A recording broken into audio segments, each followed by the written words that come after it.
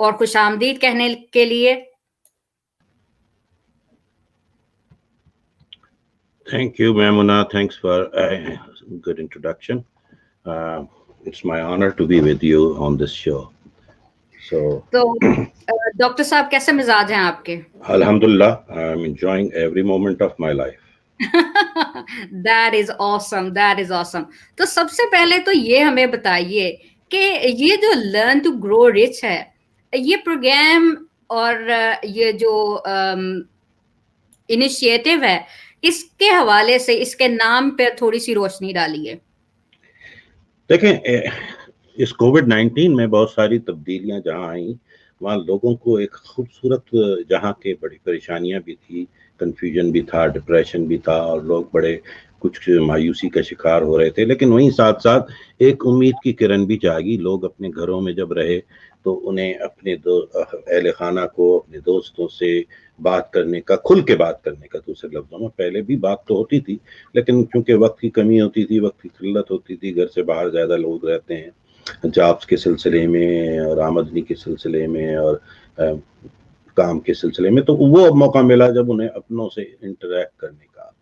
تو انہیں احساس ہوا کہ صرف عمارت جو ہے وہ پیسوں سے نہیں آتی، اس کے لیے بہت ساری چیزوں کی ضرورت ہوتی ہے انسانی زندگی میں، یعنی سکون جسے کہتے ہیں یا سکھ جسے کہتے ہیں، جس میں روحانی سکھ ہے، روحانی چین بھی چاہیے، جسمانی چین بھی چاہیے، اور پھر اس کے ساتھ ساتھ معاشی اور معاشرتی جو مسائل ہیں.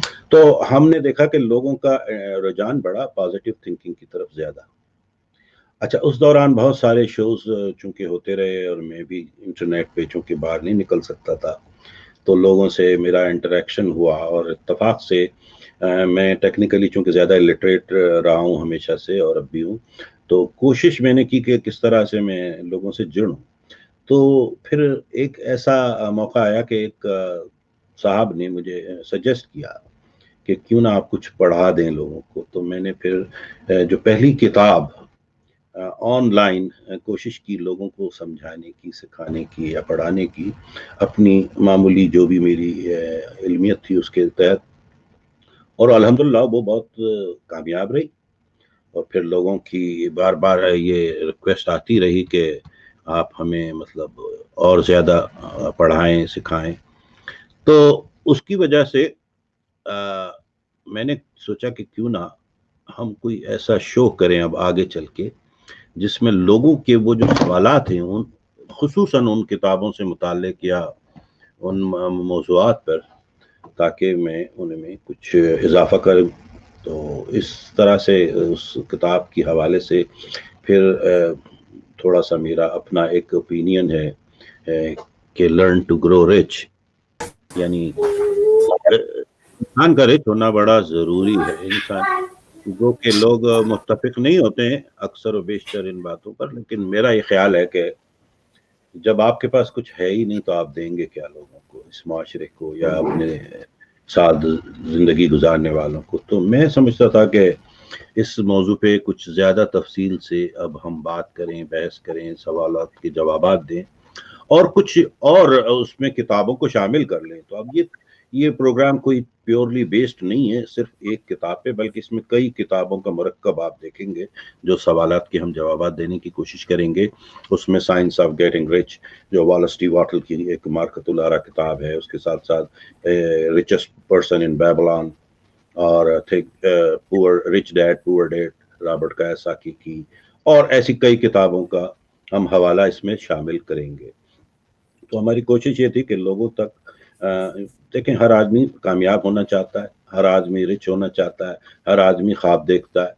تو ہم کوشش کریں گے کہ ان کی کچھ معاونت کر سکیں، ان کی اعانت کر سکیں، ان کے خوابوں کی تعبیر کے لیے اور ان کے مقاصد کی تکمیل کے لیے. تو یہ بنیادی میرا خیال یہ تھا.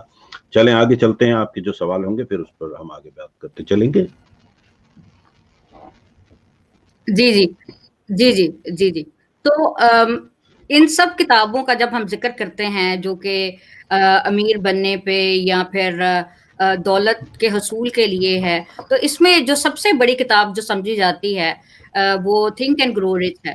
تو اس کے حوالے سے ذرا تھوڑا سا لوگوں کو اس کا بیک گراؤنڈ بتائیے، اس کے آتھر کے بارے میں.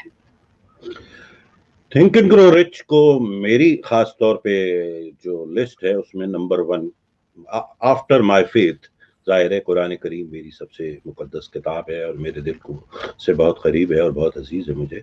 لیکن اس کے بعد اگر میں اس دین سے ہٹ کر جب بات کروں تو دنیاوی کتابوں میں جو مجھے سب سے قریب ہے میرے دل سے وہ وہی ہے تھنک اینڈ گرو رچ. اور اس کی مثال میں یوں دوں گا میمونہ کہ میں نے گزشتہ 7.5-8 مہینے کا جو یہ وقت گزرا ہے میرا کووڈ کا اپنے گھر میں قید ایک قسم کا، اور جس میں اکثر و بیشتر آن لائن تھا، اور تقریباً کل شام ہی میں دیکھ رہا تھا اپنے ڈیٹرز کو، ٹوٹل میرے کوئی 140 یا 41 انٹرویوز ہوئے ہیں اس دوران، جن میں کچھ میں نے لیے ہیں، کچھ لوگوں نے مجھ سے میرے لیے ہیں. ان میں سے 71 میں نے جو انٹرویو کیے تھے، تقریباً 70 یا 71 میں نے کیے ہیں لوگوں سے، اور ان میں سے 65 نے، جب میں نے، میری عادت ہے پوچھنا کیونکہ میں کتب بینی کا شوقین ہوں خود بھی، تو میں ہمیشہ پوچھتا ہوں کہ آپ کی پسندیدہ کتاب کیا ہے، یا کچھ کتاب کوئی ریکمنڈ کرنا چاہیں ہمارے ناظرین کے لیے. تو ان میں سے 65 نے اس کتاب کا ذکر کیا. یہ کتاب 1937 میں منظر عام پر آئی تھی اور اس کو لکھنے کا مرحلہ شروع ہوا تھا 1908 میں. تو یہ کم و بیش اصل میں یہ کتاب تیار ہو گئی تھی 1933 میں، اور اس کا پہلا ورژن آیا تھا جو اس نام سے نہیں آیا تھا بلکہ وہ اس کا نام ڈیفرنٹ تھا، لاز آف سکسیس کے نام سے آیا، لیکن وہ کامیاب نہیں ہوا شروع میں کیونکہ وہ بڑا مختصر ورژن تھا اس کا.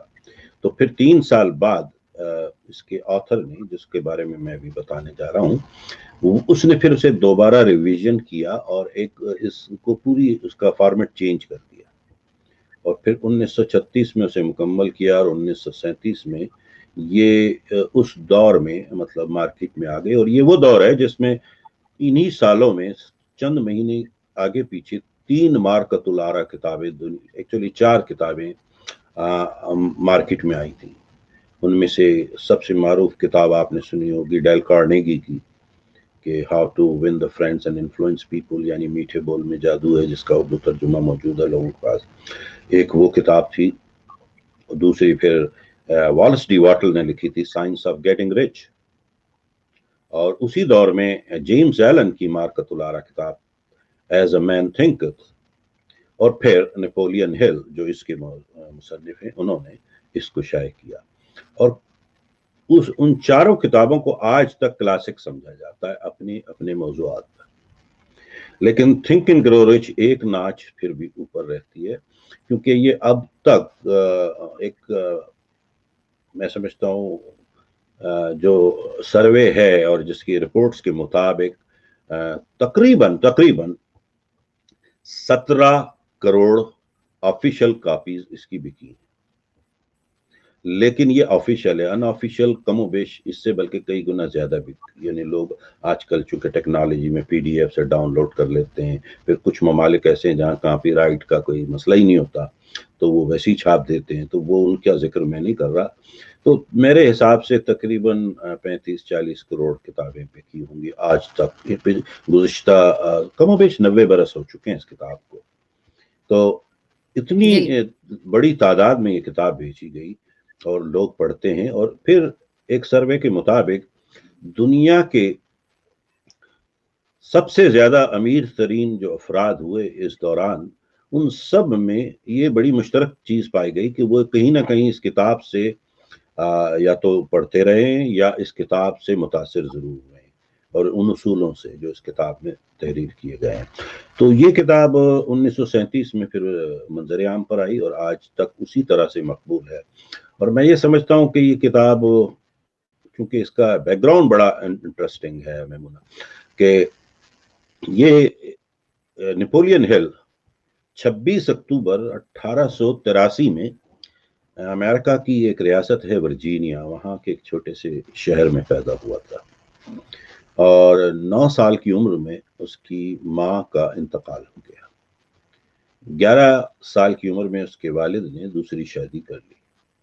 تو وہ کم و بیش ایک ذہنی طور پہ بکھر سا گیا تھا، چونکہ ماں باپ کی توجہ سے زیادہ نہیں مل پا رہی تھی. ماں تو تھی نہیں، باپ کی توجہ ظاہر ہے اس کی دوسری بیوی کی طرف زیادہ ہو گئی تھی. تو جس سے وہ تھوڑا سا مطلب بکھر گیا تھا. لیکن ذہین آدمی تھا, ذہین بچہ تھا, تو اس نے پھر 15 سال کی عمر میں ہی اپنے باپ کے ایک ادارے میں, جو کہ وہ ایک میگزین نکالا کرتے تھے چھوٹا سا لوکل, اس میں وہ کچھ مضامین لکھنا شروع ہو گئے. پھر وہاں سے وہ واشنگٹن ڈی سی اور دوسرے شہروں میں گھومتے گھماتے وہ پھر فلاڈیلفیا کے شہر میں پہنچ گئے, وہاں جو بڑا شہر تھا, اور وہاں سے انہیں ایک نوکری ملی, اور وہ ایک بڑے میگزین میں تھی. اچھا, اس کے جو مالک اور اس کے جو چیف ایڈیٹر تھے, انہوں نے ایک نئے آئیڈیے کو ان سے ڈسکس کیا, نیپولین سے, کہ کیوں نہ ہم ایک ایسی سیریز شروع کریں جس میں ہم بڑے بڑے کامیاب لوگوں کے انٹرویوز شائع کریں.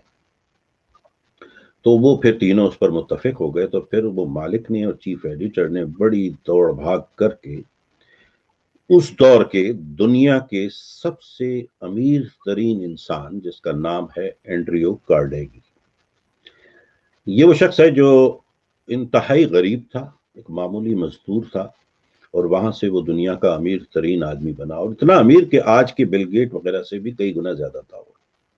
اور وہ اسٹیل کی انڈسٹری کا بے تاج بادشاہ تھا اس دور کا, اور جتنی اسٹیل ملز تھیں اس پر اس کا کنٹرول تھا. اور اسٹیل ملز کے کنٹرول کی وجہ سے یہ وہ دور ہے جب ریلوے کی لائنیں بچھائی جا رہی تھی پوری دنیا میں, اور ریلوے کا نظام آ رہا تھا. اب ظاہر ریلوے میں سارا استعمال لوہے کا ہوتا ہے, اور وہ لوہے کی انڈسٹری کا بادشاہ تھا, تو اس کا بڑا کنٹرول تھا, اور وہ پھر دنیا کا امیر ترین آدمی بن گیا. تو اس جریدے کے مالک نے اور چیف ایڈیٹر نے کسی طرح تگ و دو کر کے ان سے 1 گھنٹے کے انٹرویو کا ٹائم لے لیا, اور پھر نیپولین ہل سے کہا کہ آپ جائیے اور ان کا انٹرویو کیجیے.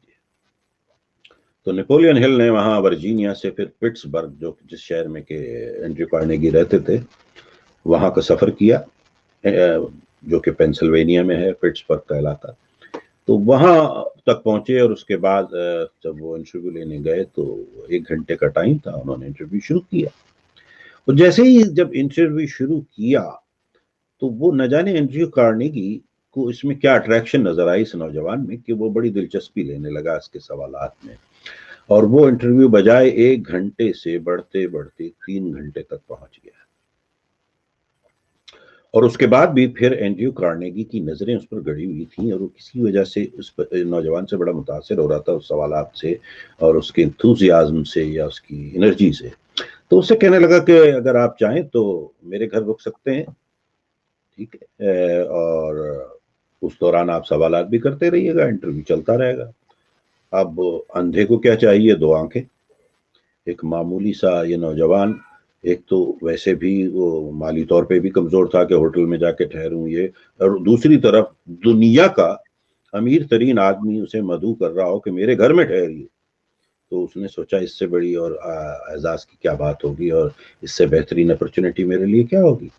تو اس نے کہا ٹھیک ہے جی, میں تو آپ کے ساتھ چلتا ہوں. تو وہ پھر انٹرویو طویل ہوتے ہوئے 3 دن تک چلا گیا.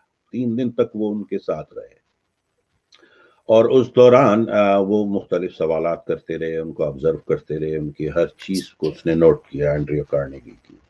اور پھر جب انٹرویو ختم کر کے اب جانے کا جب وقت آیا تو اینڈریو کارنیگی نے ایک بڑا عجیب سا سوال کر دیا. اس نے کہا نوجوان, میں 3 دن سے تمہیں آبزرو کر رہا ہوں, تمہیں بڑی مجھے اٹریکشن نظر آئی ہے, بڑے انتھوزیاسٹ ہو.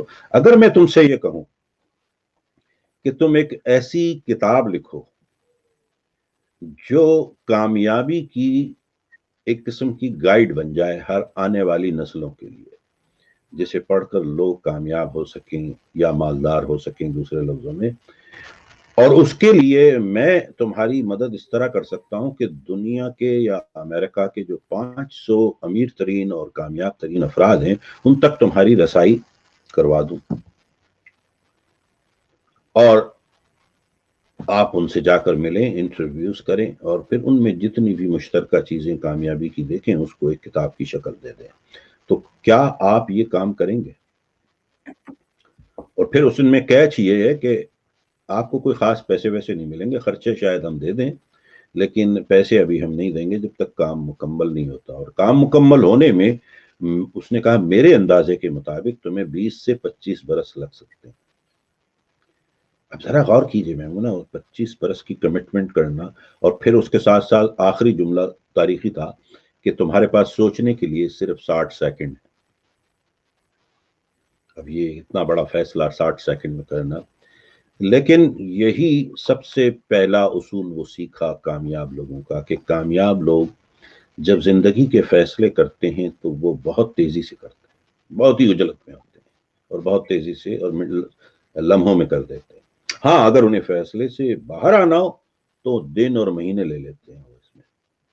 تو اس نے سوچا کہ یہ دنیا کا امیر ترین آدمی جب مجھے یہ آفر دے رہا ہے تو کوئی تو چیز ہوگی، کسی وجہ سے تو اس نے مجھے کہا ہے. تو اس نے 60 سیکنڈ میں حامی بھر دی، اور یہ اتنا بڑا کمٹمنٹ تھا جو اس نے کر لیا. زبردست. اور پھر اس کے بعد یہ سلسلہ 1908 سے شروع ہوتا ہے، اور کم و بیش 1933 یا 34 تک وہ اس پر کام کرتا رہا.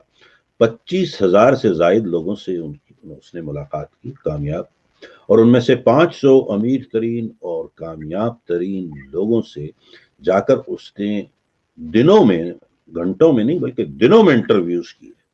اور ان کامیاب لوگوں کے نام ہی ذرا آپ سنیں گی تو آپ حیران ہوں گی کہ Thomas Edison, Albert Einstein, Graham Bell, Marconi, Wright brothers, Charles Schwab, Theodore Roosevelt, یعنی غرض ہے کہ راکوفیلر، یعنی غرض ہے کہ کوئی بڑا نام لے لیجیے تاریخ کا جو مغربی دنیا کا، اس سے یہ نام ملا. اور پھر ان سب سے ملنے کے بعد اس نے ان تمام لوگوں میں جو مشترکہ چیزیں پائیں اس کو اس نے ایک کتاب کی شکل میں ترتیب دے دیا اور لکھ دیا.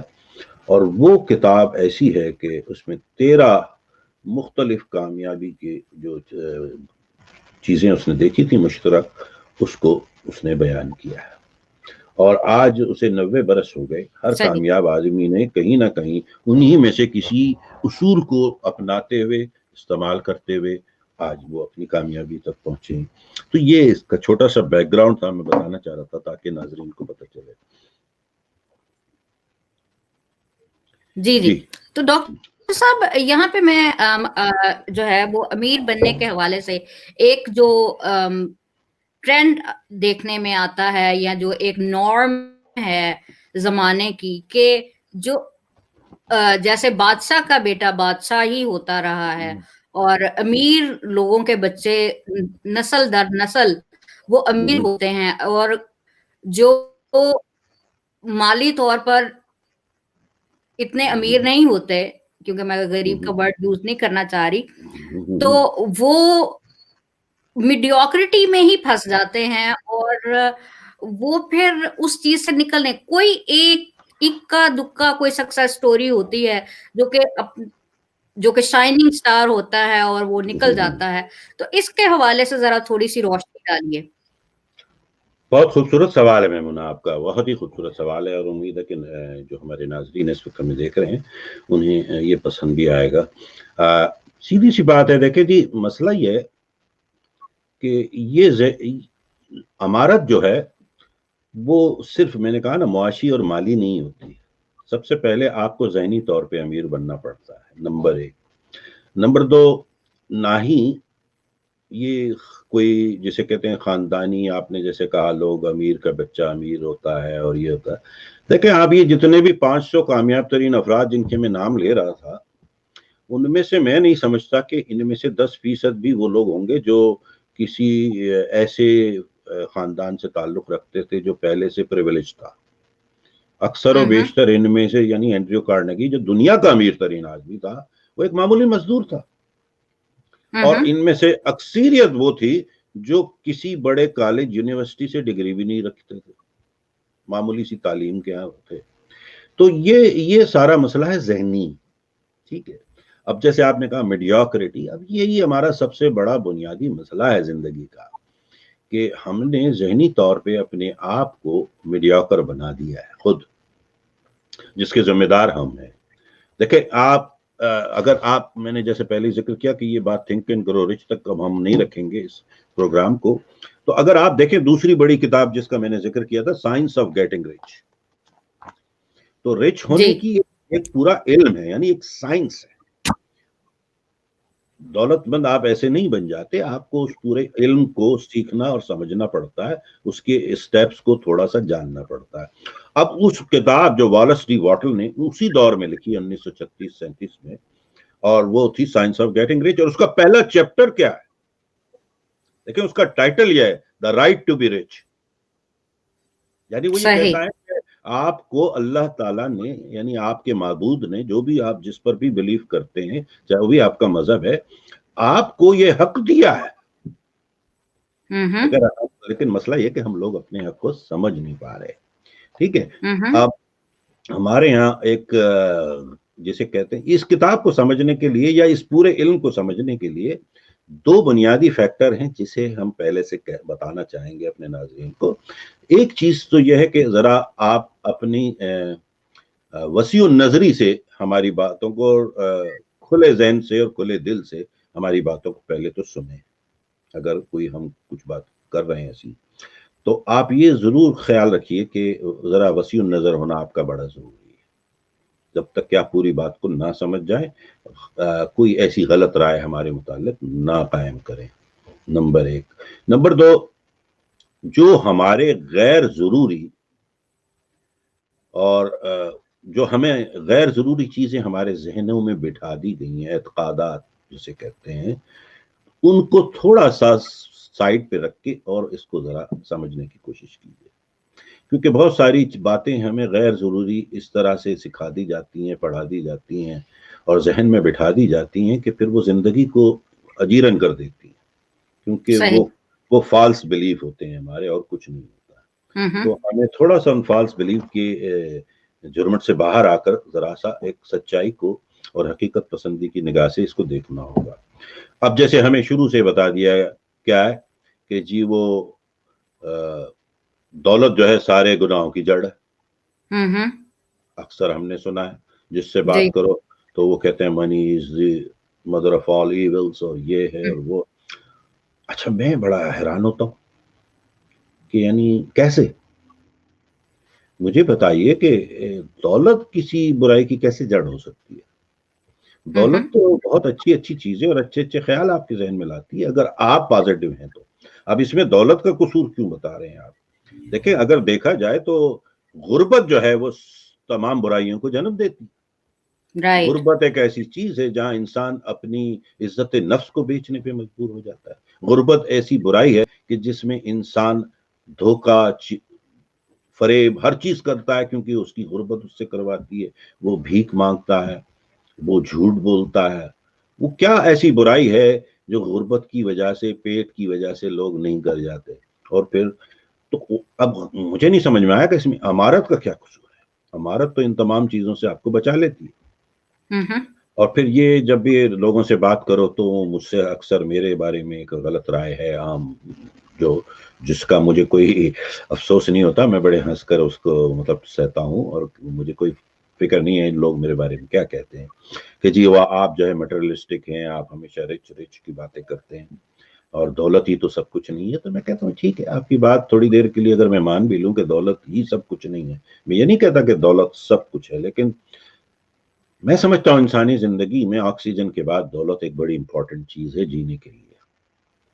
اگر آپ جینا چاہتے ہیں، آپ صرف ایگزسٹ کر رہے ہیں تو اٹس اوکے، پھر آپ کے لیے کوئی اہمیت نہ دولت ہے نہ غربت ہے، کیونکہ آپ میں عزت نفس ہی نہیں ہے. تو اگر آپ جی رہے ہیں اور زندوں کی طرح جی رہے ہیں تو پھر وہاں اس کا عمل دخل تو ہے. آپ کسی کو کیا دیں گے جب آپ کے پاس کچھ ہے ہی نہیں؟ آپ کسی کی کیسے مدد کریں گے جب آپ کے پاس وہ خود کچھ نہیں ہوگا؟ تو یہ سب چیزیں کہاں سے آتی ہیں؟ یہ وہی ہے کہ آپ کے پاس اگر 4 ٹکے ہوتے ہیں تو آپ ہر چیز افورڈ کرتے ہیں اور پھر اس سے لوگوں کا فیض پہنچاتے ہیں. آپ دیکھیں، میں تو یہاں تک مانتا ہوں کہ میرا جو مذہب ہے الحمدللہ، اس کے جو 5 اراکین میں سے ایک رکن ہے زکوٰۃ. جی، اللہ تعالیٰ کا حکم ہے نا، یہ میرا اللہ نے ہمیں یعنی 5 بنیادی اراکین میں سے ایک کو زکوٰۃ کو رکھا ہے. اب زکوٰۃ کون دیتا ہے؟ دیکھیں نا، جو مالدار ہے، جو صاحب حیثیت ہے یا جس کے پاس 4 پیسے. تو اللہ تعالیٰ نے اگر دولت اتنی بری چیز تھی تو اس کو اتنے بنیادی اراکین میں کیسے شامل کر لیا؟ صحیح. تو ذرا غور کیجیے. تو آپ دیکھیے کہ یہ بہت ہی بنیادی ہماری جو فیتھ میں بھی اس کا حصہ ہے. دولت کا ہونا بہت ضروری ہے. تو نہ جانے لوگ کیوں پریشان ہوتے ہیں کہ بھئی دولت میں کوئی برائی نہیں ہے. ہاں استعمال میں برائی آپ کی ذہنی پراگندگی کی وجہ سے ہوتی ہے, دولت کی وجہ سے تو نہیں ہوتی. دنیا میں ساری چیریٹیز وہی لوگ کرتے ہیں جن کے پاس پیسہ ہوتا ہے. دنیا کے بڑے بڑے جو بھی مسائل ہیں اگر ان میں جو مدد کرتے ہیں وہی لوگ کرتے ہیں جن کے پاس کچھ ہوتا ہے. تو richness is not a bad thing. Richness is a blessing of a God. ہمیں اس کو ایز اے بلیسنگ لینا چاہیے.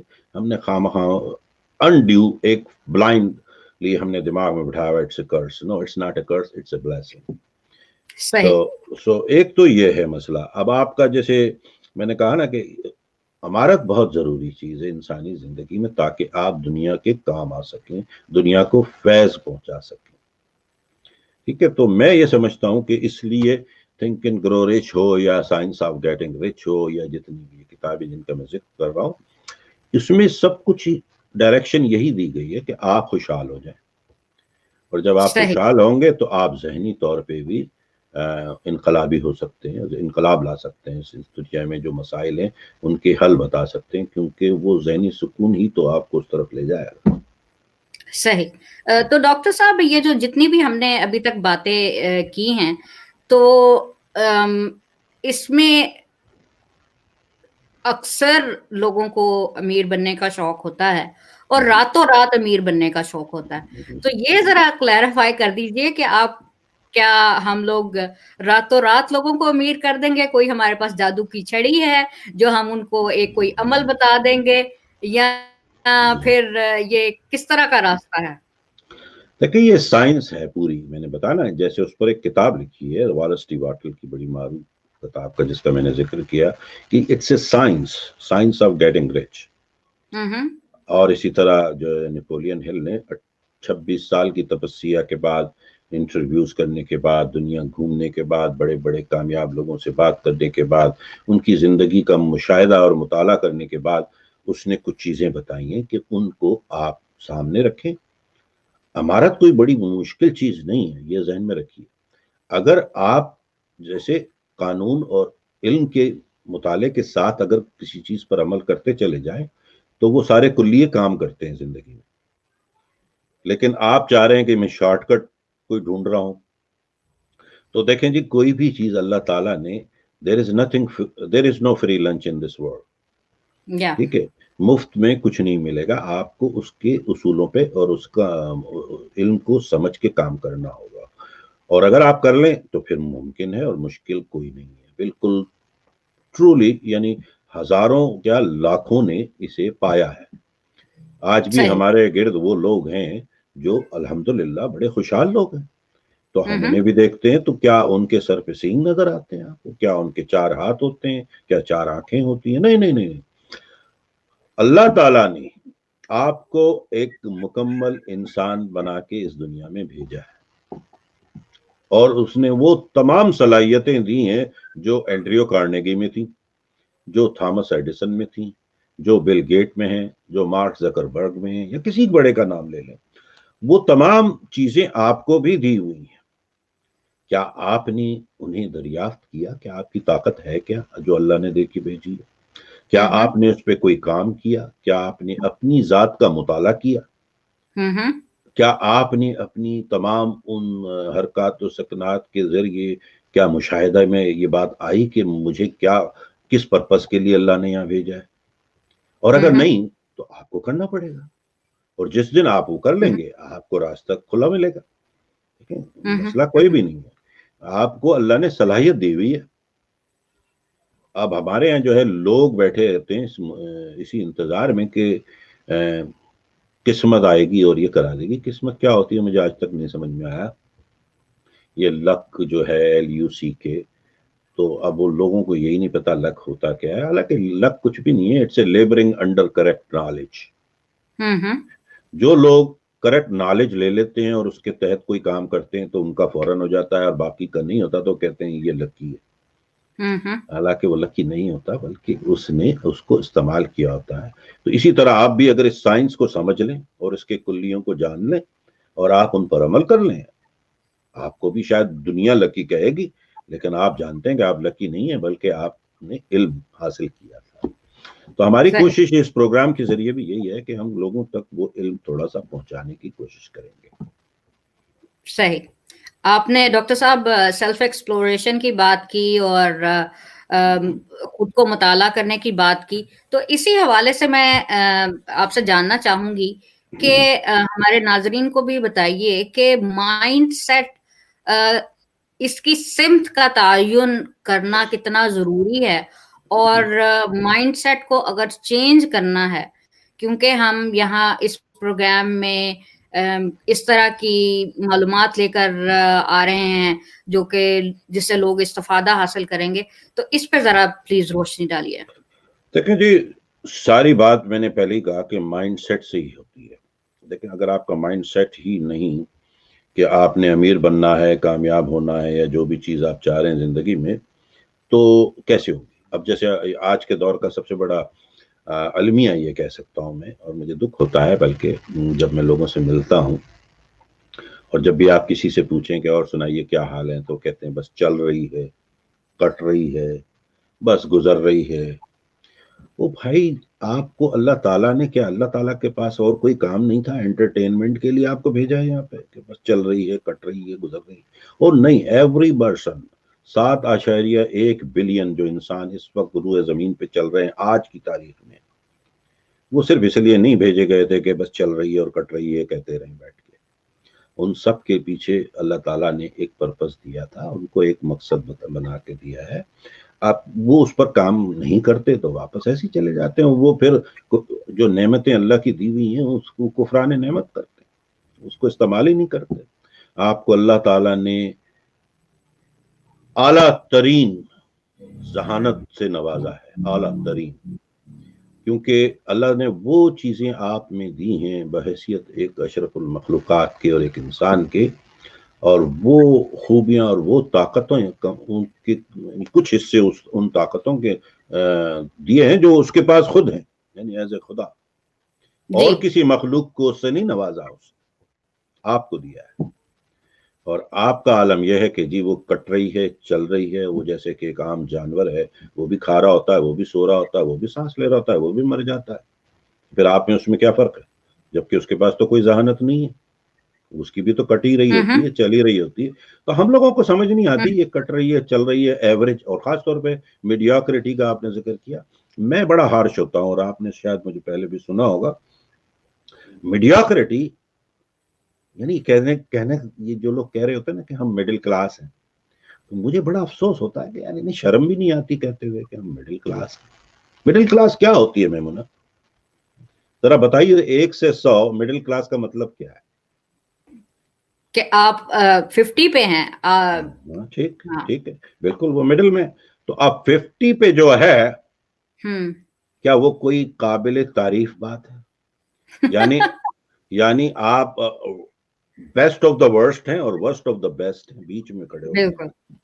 بھائی آپ کو اس لیے تھوڑی بھیجا ہے کہ آپ بیسٹ آف دا ورسٹ بن جائیے یا ورسٹ آف دا بیسٹ.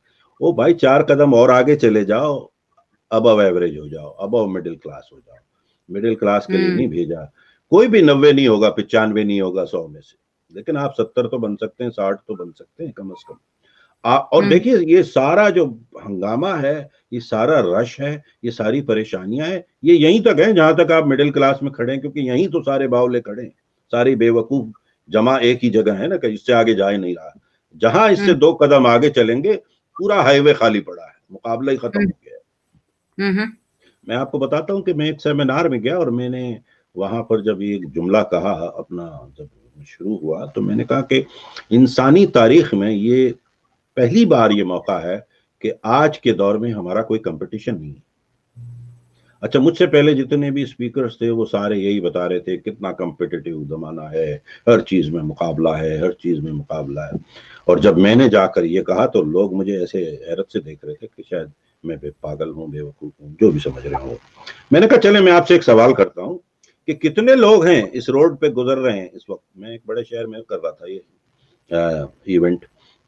میں نے کہا ذرا بتائیے سڑک پہ ہزاروں لوگ جا رہے ہیں, اس میں سے کتنے اتنے ایسے لوگ ہیں جو اتنا بھی کام کرتے ہیں جتنی ان کو دی جاتی ہے ان کی معاوضہ. کتنے لوگ ہیں؟ بہت کم ہوں گے جو اتنا کام بھی کر دیتے ہیں جس کا ان کو معاوضہ مل رہا ہے. بلکہ ان کی اکثریت تو ایسی ہوتی ہے کہ بس یار کام چلا لو, نوکری لگی رہے, کام کون کرے.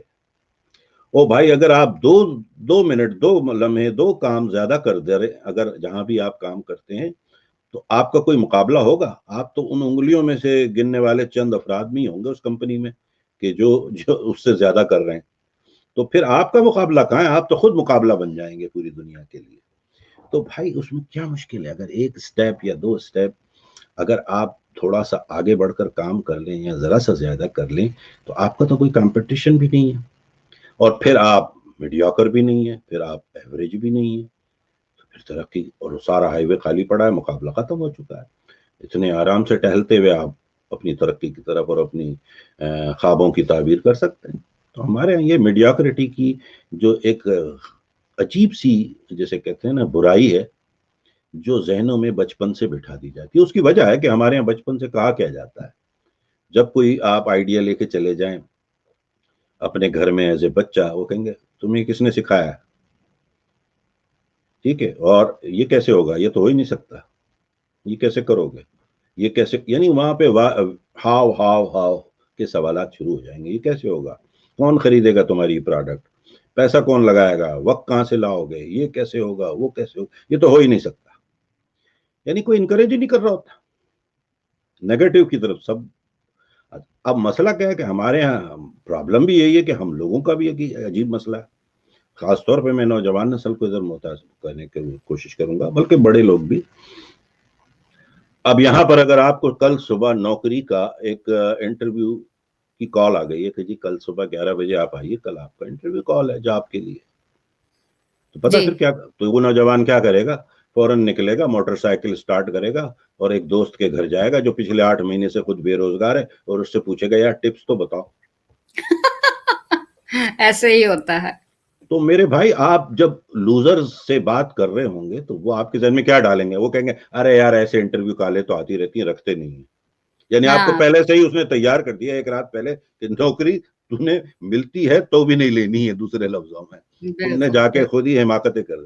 تو ہمارے لوگوں کی مائنڈ سیٹ کی جو آپ نے بات کی نا, مائنڈ سیٹ کو چینج اس طرح سے کیا جائے کہ ان نیگیٹو لوگوں سے بچیں, اور نیگیٹو آسپیکٹس جو ہیں اس کی طرف زیادہ توجہ نہ دیں, پازیٹیو لوگوں کی طرف جائیں, پازیٹیو آسپیکٹس کو اپنے ذہن میں بٹھائیں, اور جو unnecessary فالس بلیف آپ نے دماغ میں کی لگے ہوئے ہیں ان کو انلرن کریں, ان سے جان چھوڑائیں. ٹھیک ہے, اس کا کوئی حاصل نہیں ہوتا بلکہ سوائے آپ کی شکست دلی کے اور کچھ نہیں ہوتا. آپ کو شکست کا احساس دلاتے رہتے ہیں. تو یہی وجہ ہے کہ مائنڈ سیٹ بہت ضروری ہے چینج ہونا.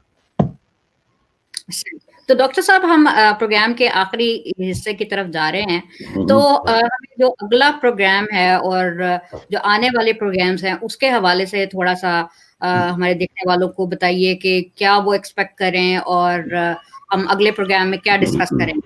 جی, ہماری کوشش یہ ہوگی میمونہ اس پروگرام کے حوالے سے کہ ہم چاہیں گے کہ اگر کچھ دوست اگر ان کتابوں میں انٹرسٹڈ ہیں, بالخصوص تھنک اینڈ گرو ریچ جس کا آپ نے نام دیا, وہ مارکت الارا کتاب ہے اور سب سے سر فہرست ہے, اور اگر وہ پہلے سے پڑھ چکے ہیں تو واہ, اگر نہیں تو کوشش کریں کہ اس پورے ہفتے میں ایک چیپٹر کم از کم اسے پڑھ لیں, اور اس کے بعد اس میں ذہن میں اٹھنے والے وہ تمام سوالات جو ان کے ذہن میں آتے ہیں وہ ہمیں بھیج دیں, آپ کو بھیج دیں, مجھے بھیج دیں براہ راست, یا ہمارے فیس بک پیج پہ ڈال دیں, تاکہ ہم انہی سوالات کی روشنی میں, کیونکہ اب یہ کوئی ٹیچنگ سیشن تو ہم کر نہیں رہے ہیں, ٹھیک ہے جی, کہ ہم ایک ایک چیپٹر پڑھائیں, گو کہ ہم پڑھا چکے ہیں اسے بھی, اور ہمیں کوئی اعتراض نہیں, ہم اگر کبھی ایسا ہوا موقع تو ہم پھر سے پڑھا بھی دیں گے. لیکن سوال یہ کہ چلیں ہم اس پہ ڈسکس کرتے ہیں, برین اسٹارمنگ کرتے ہیں, اس کے جوابات ڈھونڈتے ہیں, کیونکہ بہت سی چیزیں ایسی ہوں گی شاید لوگوں کو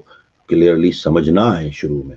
ٹھیک ہے, میں یہ کتاب 1996 سے پڑھ رہا ہوں, جی جی, تو 24 سال ہو چکے ہیں مجھے اس کتاب کو پڑھتے اور پڑھاتے ہوئے.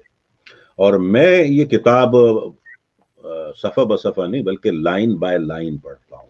اگر لوگ میرے اسکرین پہ دیکھنا چاہیں تو میں نے اس کو لائنوں میں بریک ڈاؤن کیا ہوا ہے, آپ دیکھ سکتے ہیں لائن نمبرز ہیں اس پہ. جی جی. اور میں اس طرح سے پڑھتا ہوں چیپٹرز کو. ہوں تو مجھے کوئی مسئلہ نہیں ہے اگر آپ سوال کریں تاکہ میں اسے سمجھ سکوں اور کوشش کروں اس کا جواب دینے کی, کیونکہ اس کتاب پر بے شمار میں نے ڈسکشنز کیے ہیں اور بڑے بڑے ماہرین سے, تو مجھے سیکھنے کا فرسٹ ہینڈ ان لوگوں سے بھی موقع ملا ہے, اور کچھ میری کوشش ہوتی ہے میں خود بھی توجہ دوں. تو میرا یہ ہوگا امید اپنے ناظرین سے کہ وہ ایسے سوالات لائیں ہر ہفتے تاکہ ہم ان کے جوابات دیں, نمبر 1.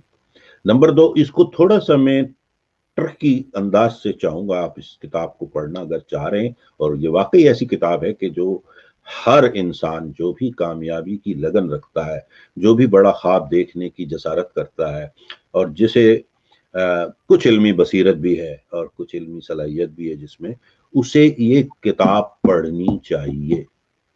میں دعوے سے کہہ سکتا ہوں کہ آپ نے جو بھی ڈگری لی الحمدللہ ماشاءاللہ میں آپ کو مبارکباد دیتا ہوں اس بات پہ. اگر آپ نے ماسٹرز کیا ہے بزنس میں, سائنس میں, اگر آپ ڈاکٹر ہیں, انجینئر ہیں, سائنسدان ہیں, جو بھی ہیں, یہ ساری کتابیں, یہ سبجیکٹس آپ کو مبارک ہوں. لیکن اس کتاب کو اگر اس کے ساتھ آپ جوڑ دیں گے نا اپنے زندگی کے سفر کے ساتھ, ان کتابوں کے ساتھ, تو آپ پھر اس مضمون میں بھی, اس شعبے میں بھی, اس پیشے میں بھی کامیاب بھی ہو جائیں گے. اور نہ صرف کامیاب ہوں گے but you can become filthy rich. واقعی آپ یعنی ایک بھرپور زندگی گزار سکتے ہیں. تو یہ اصول کوئی ایسے نہیں ہے کہ کوئی آفاقی چیزیں نہیں, یہ وہ چیزیں جو ہم عام زندگی میں روزانہ کرتے ہیں, لیکن ہم ان پہ توجہ نہیں دے رہے ہوتے, ہم دانستہ طور پہ اس کو نہیں دیکھ رہے ہوتے, بس نادانستگی میں ہم کرے جا رہے ہوتے ہیں. ہم صرف اس تمام شوز کے ذریعے کوشش کریں گے کہ وہ ان آرڈر کر دیں تاکہ آپ اس کا خیال رکھیں باقاعدہ سوچ کر, تو اس سے آپ کو بہت زیادہ آپ کو تقویت بھی ملے گی اور فائدہ بھی ہوگا. تو میں یہ چاہوں گا کہ چونکہ میں نے اس کو جب بھی پڑھا ہے اور پڑھایا ہے, میرا تھوڑا سا مختلف انداز ہے کسی اور ٹیچر کی نسبت. میں چاہتا ہوں کہ اس میں ایک چیپٹر ہے جس کا نام ہے پرسسٹنس, اور وہ ہے چیپٹر نمبر 9. جی, میں چاہتا ہوں کہ پہلے ہم وہاں سے شروع کریں. چیپٹر نمبر 9 میں پرسسٹنس یعنی استقامت, مستقل مزاجی کے بارے میں بات کی ہے اس نے. تو اگر آپ, میں چیلنج دے رہا ہوں اپنے تمام دوستوں کو جو اس پر عمل کرنا چاہتے ہیں, اس علم کو سیکھنا چاہ رہے ہیں, گرو رچ کو, تو اگر وہ 10 روز تک باقاعدگی سے روزانہ یہ چیپٹر پڑھیں, اور یہ چیپٹر کوئی انگریزی میں اگر آپ پڑھ رہے ہیں تو شاید 40 منٹ سے زیادہ نہیں لگتے ہیں, اور اگر آپ کے پاس اردو ترجمہ ہے تو میں سمجھتا ہوں آدھا گھنٹہ بھی نہیں لگے گا, کیونکہ مادری زبان کو پڑھنا ذرا زیادہ آسانی سے پڑھ لیتا ہے. تو اگر آپ آدھا گھنٹہ روز لگا دیں 10 دن تک, اور 10 دن باقاعدگی سے اسی چیپٹر کو بار بار پڑھتے رہیں, تو آپ دیکھیں گے کہ واضح تبدیلی ویسی ہی آپ کی زندگی میں شروع ہو جائے گی. کیونکہ ایک تو آپ میں استقامت آ جائے گی, مستقل مزاجی آ جائے گی, اور اس چیپٹر میں دیا ہوا جو لیسن ہے وہ جب اگر آپ نے سمجھ لیا تو وہیں سے آپ کی ترقی کا سفر شروع ہو جائے گا. تو ایک تو یہ, پھر اس کے اندر اس نے ایک ذکر کیا ہے اسی چیپٹر میں کہ 6 چیزیں جو چیپٹر نمبر 2 میں, جو کہ ابھی آپ نے پڑھا نہیں ہے ہمارے اس سے, لیکن وہ 6 نکات ذرا ایک بار وہ دیکھ لیں, اور وہ ہم انشاءاللہ اگلے چیپٹر جب اگلے پروگرام میں اس کو باقاعدہ وضاحت کریں گے اس 6 نکات کی بھی اس چیپٹر کے ساتھ. تو وہ سب سے اہم چیز ہے زندگی کی. اب یہ ایسی 13 چیپٹرز ہیں اس کتاب کے کہ ہر چیپٹر پہ لوگ صرف ایک چیپٹر پہ کتابیں لکھ چکے ہیں, اسی کو اس سے اخذ کر کے انہوں نے پوری کتابیں لکھ دی ہیں. اسی کے کسی ایک نقطے کو سمجھ کے لوگ ملینر اور بلینر بن گئے. اب لیکن میرے پاس ایسی کوئی جادو کی چھڑی نہیں ہے, نہ ہی میمونہ کے پاس ہے ناظرین, کہ ہم آپ کو بتا سکیں پیج نمبر 212 کھولیے اور چوتھی لائن پڑھ لیجئے اور امیر ہو جائیے. ایسا نہیں ہے. ہر آدمی کے لیے اس میں کچھ نہ کچھ ہے. یہ بھی ایک چیلنج ہے ہمارا, مصنف کا بھی دعویٰ ہے, میرا بھی ہے. اس میں 13 چیزیں ہیں, اس میں سے کوئی نہ کوئی ایسی ضرور چیز ہے جو آپ کے لیے بھی ہے. اب یہ فیصلہ آپ نے کرنا ہے. جو چیز میرے لیے ہے وہ شاید آپ کے لیے نہ ہو, ٹھیک ہے, تو یہ ایک پورا علم ہے، میں نے کہا نا سائنس ہے، اس کو سمجھنا ہوگا. تو ہم اگلے شوز میں اسی طرح بات کریں گے. تو میں آپ سب کو دعوت دیتا ہوں کہ اگر ہو سکے تو چیپٹر نمبر 9 یعنی پرسسٹنس پر پڑھیے، اور اس کے متعلق جو بھی سوال آپ کے ذہن میں آئے اس کے پڑھنے کے بعد، ہو سکتا ہے پہلے 3 دن جب آپ چیپٹر پڑھیں تو آپ کو کچھ بھی نہیں سمجھ میں آئے گا، آپ صرف لفظوں کو پڑھ رہے ہوں گے، لیکن چوتھے دن پھر 5ویں دن آپ دیکھیں گے وہ شکل بدلتی چلی جائے گی آپ کے ذہن میں اس چیپٹر کی. لیکن جہاں بھی جو سوال آئے اس کو ذرا سا نوٹ کر کے اور ہمیں بھیج دیجیے، میمونہ کو یا مجھے براہ راست، تاکہ ہم اگلے جو پروگرام ہے ہم اس کو باقاعدہ تفصیل سے کوشش کریں گے اس کی وضاحت کریں آپ کے لیے. تو اس کا پھر اس کے بعد ہم 9ویں چیپٹر کے بعد باقاعدہ جیسے نمبرز ہیں پہلا، دوسرا، تیسرا، اصل میں اس پہ چلیں گے. تو آج ہم صرف چاہتے تھے کہ آپ کو تعارف دیں یہ کتاب ہے کیا، اس پروگرام کا مقصد کیا ہے اور ہم کیا کرنے جا رہے ہیں، اور پھر آپ اپنی فیڈ بیک اور جو بھی ہے وہ بھی دیجیے تاکہ ہم اسے بہتر سے بہتر کرتے چلے جائیں. یہ پروگرام ہمارے لیے نہیں، یہ آپ کے لیے ہے. تو ہماری کوشش ہوگی جہاں آپ بہتر محسوس کریں ہم اسی انداز سے اس کو کریں گے، لیکن کوشش یہ ہے کہ آپ اس سے فائدہ حاصل کریں. ہم کوشش کر رہے ہیں کہ if we can add value to your life، ہم کوئی آپ کی معاونت کر سکیں آپ کی ترقی میں، آپ کے جو بھی آپ کے خواب ہیں ان کو پانے میں، اگر ہم آپ کے ساتھ کوئی ہمارے جو بھی ہمارا تعاون ہے وہ ہم کر سکیں. جی میمونہ. جی. تو ڈاکٹر صاحب آخر میں آپ سے دوبارہ مائنڈ سیٹ کے اوپر جاؤں گی، اور وہ کہتے ہیں نا کہ you have to talk like a millionaire, you have to walk like a millionaire, think like a millionaire. تو اس کے پیچھے کیا تھاٹ پروسیس ہے؟ بہت خوبصورت، بڑا تفصیلی سوال ہے. ہمارے پاس چند منٹ رہ گئے. چلیں دیکھیں جی، میں نے پہلے کہا کہ سب سے پہلے انسان کو مائنڈ سیٹ چینج ہوتا ہے. یعنی آپ کو اس کے بارے میں یوں کہہ سکتا ہوں کہ امیر بننے کے لیے امیر ذہن کا ہونا بہت ضروری ہے. ذہنی طور پہ امیر ہونا پہلے ضروری ہے، پھر مادی طور پہ آپ امیر ہوتے ہیں. اب ہمارے یہاں لوگ کیا ہے کہ چاہتے تو جس سے بھی آپ بات کریں گے نا 100 میں سے 98 لوگ یہ کہتے ہیں جی مجھے امیر بننا ہے. ٹھیک ہے نا، مجھے کبھی کسی نے نہیں کہا کہ میں غریب ہونا چاہتا ہوں، مجھے تو آج تک نہیں ملا، آپ کو شاید ہو تو مجھے نہیں پتا. لیکن جس سے بھی بات کرو یار بس امیر ہونا ہے. ٹھیک ہے، اچھا. اور اس کے 5 منٹ بعد ہی ان سے باتوں میں آپ دیکھیں گے کہ ان کی ہر چیز سے غربت جھلک رہی ہوگی اور ٹپک رہی ہوگی. یعنی دنیا میں ہر چیز ان کے خلاف جا رہی ہے. ماں باپ مدد نہیں کرتے، بیوی تعاون نہیں کرتی، پاس پسند نہیں کرتا، مطلب ہر چیز مائنڈ سیٹ یہ ہے. اور بننا کیا ہے؟ امیر ہے. تو ایسا تو نہیں ہوگا. ٹھیک ہے، آپ کو سب سے پہلے اپنی انوائرمنٹ میں ایڈجسٹ کرنا ہے، اور اس کے ساتھ ساتھ you have to walk like and talk like whatever you want to be. اللہ تعالیٰ آپ کو وہ نہیں دیتا، یہ یاد رکھیے میرا تاریخی جملہ. اللہ تعالیٰ کبھی بھی آپ کو وہ نہیں دیتا جو آپ چاہتے ہیں یا آپ خواہش کرتے ہیں. اللہ تعالیٰ صرف اور صرف وہی دیتا ہے جو آپ ہوتے ہیں.